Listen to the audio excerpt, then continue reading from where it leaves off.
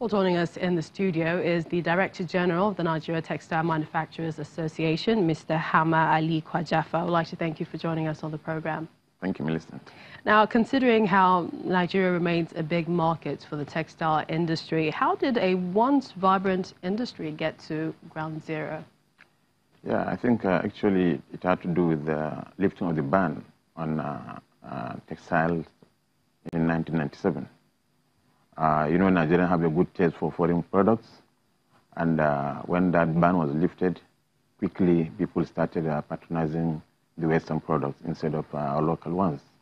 And then due to our poor infrastructure and lack of competition, when they bring things outside, we couldn't compete with those goods due to majorly the cost of living, cost of the products. So when they were coming in,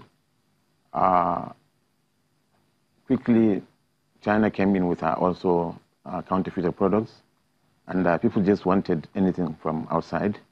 It actually came in with low cost because of our overhead. Our overhead cost was high, and then we couldn't match with their prices. So you go to any Bologu market, Lomuto market, or even to Oshoji market, you find out that you can find 5 years of fabric at 1,000 naira, which we cannot afford to sell at that rate.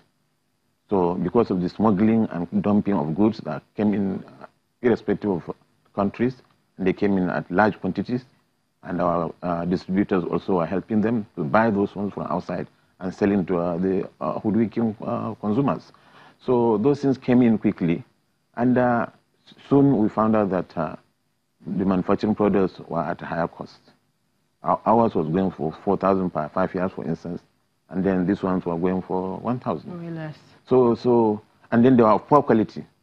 So when they wash away, people felt this was made in Nigeria good, but they took our design and went to China, make it and bring it, and still cheaper. But now we have this efforts of the Committee of the Central Bank of Nigeria for the revival. Are you confident with this latest initiative? No, honestly, if we can address the infrastructure decay, and then we can be at the same level with developed countries. For instance, if we can have electricity fully 24 hours at their own rate, because, for instance, even in Africa, Ethiopia, South Africa, Egypt, and even Kenya, sells at a lower price than our NEPA. 1 hour kilowatt hour sells at, say, for 4 cents in Ethiopia. That's what their products can sell in UK. They don't need the market in Ethiopia for their products. They can produce in Ethiopia and still sell in UK market. That means they are at par in enabling environment. Infrastructure good, electricity fine, and they could be at the same rate.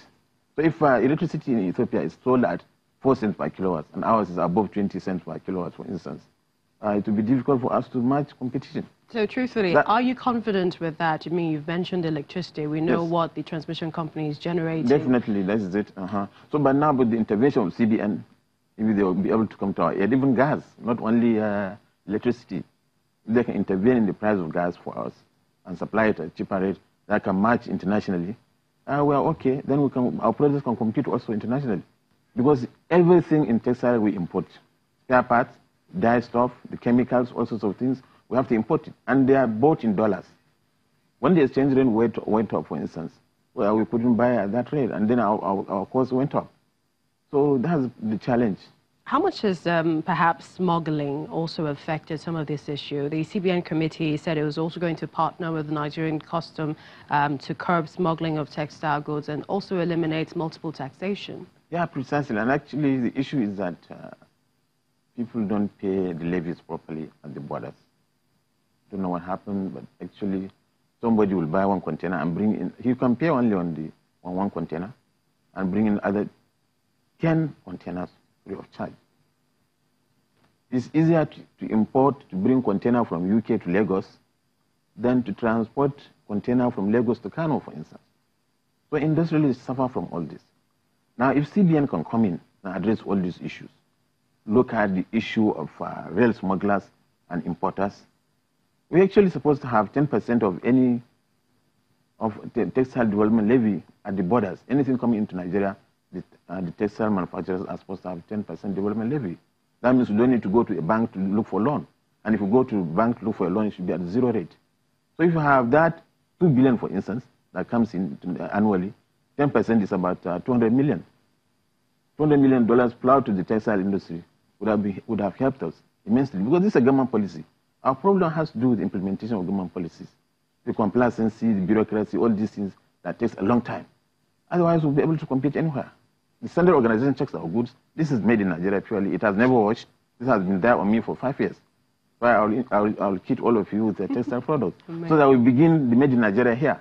Because government has been crying on buy made in Nigeria, buy made in Nigeria. Nobody is working. Nobody's looking. That's also another area. Do you think people are confident in our materials, in our textiles, in wearing them and using them?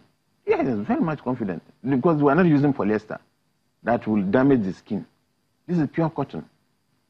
So most of the imported ones that comes in or dumping are made from polyester.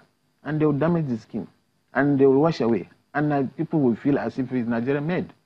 In any case, all these ones are dumped ones and made of inferior quality. Let's look at, the strength of each state in, cashing in on this. What are the regions that can actually, join in ensuring that the textile industry expands in the country? This is actually a value chain that's starting from cotton. In the past, Nigerian cotton was used for industrial revolution in Europe. That's why the railways were built from Kano in the north to the south, just to bring in goods to the coast. The railways were not created for welfare of citizens. So that time, everybody was farming cotton. And they were checking the quality. They were in grades and what have you. But as time passed, due to maybe the coming of WTO and all that, it disrupted a lot of our production process to the extent that there were no quality checkers, again, on the cotton.